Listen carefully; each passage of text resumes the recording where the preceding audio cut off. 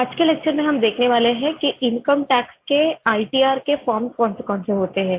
तो आज हम देखने वाले हैं कि आईटीआर के 7 फॉर्म्स होते हैं: ITR 1, ITR 2, ITR 3, ITR 4, ITR 5 और आईटीआर 6। तो अभी यहाँ पर हमें देखना है कि कौन से टाइप के पर्सन या कौन से टाइप के बिजनेस जो है कौन से रिटर्न फाइल करते हैं। तो सबसे पहले हम देखेंगे इंडिविजुअल्स के लिए। इंडिविजुअल्स के लिए आईटीआर 1, 2, 3, 4 ये होता है इंडिविजुअल्स के लिए। तब यहाँ पर इंडिविजुअल्स में भी 2 टाइप के इंडिविजुअल हो गए। एक हो जाएगा हमारा सैलराइड पर्सन और दूसरा हो जाएगा प्रोपराइटर, जिसको हम आसान भाषा में कहेंगे बिजनेसमैन। तब यहाँ पर सैलराइड पर्सन जो होते हैं वो लोग फाइल करते हैं आईटीआर 1 या 1 या 2 आईटीआर 1 और 2 फाइल किया जाता है बाय सैलराइड पर्सन। और प्रोपराइटर्स जो होते हैं जिनके स्मॉल बिजनेस होते हैं तो वो फाइल करते हैं आईटीआर 3 या आईटीआर 4। तो अभी यहाँ पर जैसे कि मैं आपको बोल रही हूँ आईटीआर 1 या आईटीआर 2, आईटीआर 3 या आईटीआर 4, तो यहाँ पर ये बाइफर्केशन इसीलिए किया हुआ है बिकॉज अलग अलग रिटर्न फाइलिंग में अलग अलग टाइप के जो है वो इंडिविजुअल्स आते हैं। तो सबसे पहले हम देखते हैं सैलराइड पर्सन का, जिसमें आईटीआर 1 और आईटीआर 2 आता है। अब आईटीआर 1 में कौन से सैलराइड पर्सन आते हैं? तो ऐसे सैलराइड पर्सन जो रेसिडेंट इंडियन हो। रेसिडेंट इंडियन है तो वो फाइल करेंगे आईटीआर 1। ऐसे सैलराइड पर्सन जिनका टोटल इनकम जो है वो 50 लाख से कम रहना चाहिए। 50 लाख से कम अगर टोटल इनकम है, उनका सैलरी है, जो भी उनका इनकम आ रहा है, तो वो हो जाएगा हमारा आईटीआर 1 में फाइल कर दिया जाएगा। और थर्ड पॉइंट है having following sources of income only. तब यहाँ पर इस सैलराइड पर्सन के यही इनकम होने चाहिए। कौन से इनकम होना चाहिए?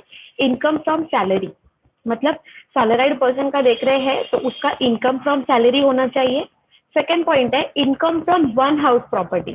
तब यहाँ पर क्या दिया है कि उसमें हम लोग आईटीआर 1 में अगर किसी सैलराइड पर्सन का रिटर्न फाइल कर रहे हैं तो अगर उसका एक हाउस प्रॉपर्टी से इनकम आ रहा है तो ही हम आईटीआर 1 फाइल कर सकते हैं। और थर्ड है income from other sources. Other sources के इनकम भी हम उसमें ऐड कर सकते हैं, लेकिन एक्सक्लूडिंग कैजुअल इनकम। तो कैजुअल इनकम मतलब क्या? तो जैसे कि गैम्बलिंग से कमा लिया, हॉर्स रेस से कमा लिया हमने, तो अगर ये अदर सोर्सेज में कैजुअल इनकम्स है तो हम लोग आईटीआर 1 फाइल नहीं कर सकते हैं। लेकिन कैजुअल इनकम छोड़ के अगर इंटरेस्ट ऑन सेविंग डिपॉजिट है, इंटरेस्ट ऑन फिक्स डिपॉजिट है, तो इंटरेस्ट इनकम मिल रहा है अदर सोर्सेज में, तो हम आईटीआर 1 फाइल कर सकते हैं। फोर्थ पॉइंट है एग्रीकल्चरल इनकम अप टू 5,000। तो जो हमारा सैलराइड पर्सन है उसका एग्रीकल्चरल इनकम जो है वो 5,000 तक ही होना चाहिए, तो हम आईटीआर 1 फाइल कर सकते हैं। अगर 5,000 के ऊपर है तो हम आईटीआर 1 फाइल नहीं कर सकते। नेक्स्ट है फॉरेन असेट नॉट अलाउड। जैसे कि जो भी हमारा सैलराइड पर्सन है तो अभी यहाँ पर अगर उसका कोई फॉरेन असेट वो ओन कर रहा है, अगर उसका कोई फॉरेन असेट है तो वहां पर क्या हो जाएगा, जैसे फॉरेन में उसका कोई प्लॉट है या कोई फ्लैट है फॉरेन में जो वो ओन कर रहा है, तो उसका आईटीआर 1 फाइल नहीं होगा। और लास्ट पॉइंट है नॉट अ डायरेक्टर और holder of unlisted equity share. कि जो भी हमारा सैलराइड पर्सन है वो किसी कंपनी का डायरेक्टर नहीं होना चाहिए या किसी कंपनी का अनलिस्टेड इक्विटी शेयर होल्डर नहीं होना चाहिए। अगर कोई सैलराइड पर्सन ये सारी कंडीशंस फुलफिल करता है तो उसका आईटीआर 1 फाइल किया जाएगा। आईटीआर 2 बिल्कुल सिंपल है। ऐसा सैलराइड पर्सन जो आईटीआर 1 फाइल नहीं कर सकता, जो आईटीआर 1 के लिए एलिजिबल नहीं है, वो पर्सन फाइल करेगा आईटीआर 2। जैसे फर्स्ट है रेसिडेंट इंडिया तो होना ही चाहिए, तो वो आईटीआर 2 फाइल करेगा। Total income less than 50 lakh, अगर उसका टोटल इनकम 50 लाख के ऊपर है तो वो आईटीआर 1 फाइल नहीं करेगा, आईटीआर 2 फाइल करेगा। Having following sources of income only, अगर इसमें देखेंगे तो इनकम फ्रॉम सैलरी तो होना ही चाहिए, लेकिन अगर उसका इनकम फ्रॉम हाउस प्रॉपर्टी एक से ज्यादा प्रॉपर्टी से उसका इनकम आ रहा है, रेंट आ रहा है हाउस प्रॉपर्टी का, तो ऐसे समय वो पर्सन आईटीआर 1 नहीं आईटीआर 2 फाइल करेगा। और लास्ट है income from other sources excluding casual income में अगर ये पर्सन गैम्बलिंग से पैसे कमा रहा है, हॉर्स रेस से पैसे कमा रहा है, तो अगर कैजुअल इनकम भी वो कमा रहा है तो वो फाइल करेगा आईटीआर 2।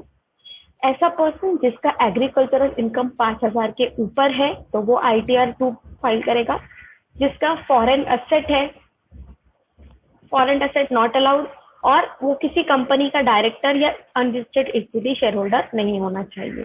तो इन शॉर्ट अगर हम देखेंगे कि जो सैलराइड पर्सन ITR-1 फाइल नहीं कर सकता, ITR-1 फाइल करने के लिए एलिजिबल नहीं है, वो सैलराइड पर्सन ITR-2 फाइल करेगा। इस तरह हमने देखा कि सैलरीड पर्सन जो है वो ITR-1 या ITR-2 फाइल कर सकते हैं।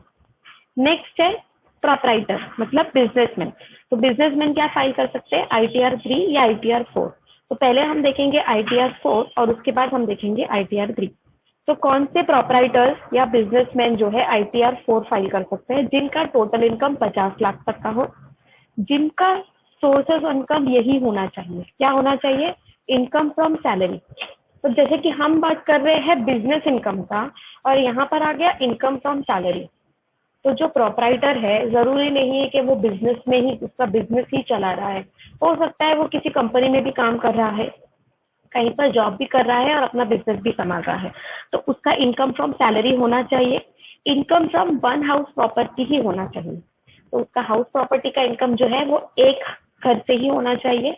इनकम फ्रॉम बिजनेस और प्रोफेशन होना चाहिए उसका, बिकॉज हम उसके बिजनेस का ही इनकम कैलकुलेट करने वाले हैं। और इनकम फ्रॉम अदर सोर्सेज में कैजुअल इनकम नहीं होना चाहिए। नेक्स्ट है एग्रीकल्चरल इनकम 5,000 तक ही होना चाहिए। फॉरेन में कोई एसेट ओन नहीं करना चाहिए। किसी कंपनी का डायरेक्टर या इक्विटी शेयर होल्डर नहीं होना चाहिए, अनलिस्टेड इक्विटी शेयर होल्डर। और एक इम्पॉर्टेंट पॉइंट है यहाँ पर, टर्नओवर अप टू 2 करोड़। तो ऐसे बिजनेस जिनका टर्नओवर 2 करोड़ तक ही है, वो बिजनेस ही ITR-4 फाइल कर सकते हैं। अगर 2 करोड़ के ऊपर किसी प्रोप्राइटरशिप का या किसी बिजनेसमैन का टर्नओवर 2 करोड़ से ज्यादा है, तो उसको ITR-3 फाइल करना पड़ेगा।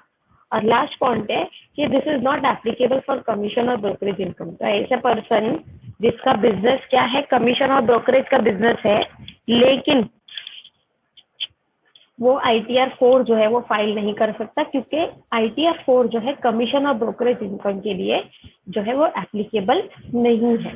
अभी यहाँ पर ITR-4 में हमने देख लिया, ITR-4 को हम प्रिजम्पटिव भी कहा जाता है, प्रिजम्पटिव इनकम, बिकॉज ITR-4 में हमें बुक्स ऑफ अकाउंट्स मेंटेन करना कंपलसरी नहीं है। हम जो लगभग अमाउंट है वो भी वहां पर जो है वो डाल सकते हैं।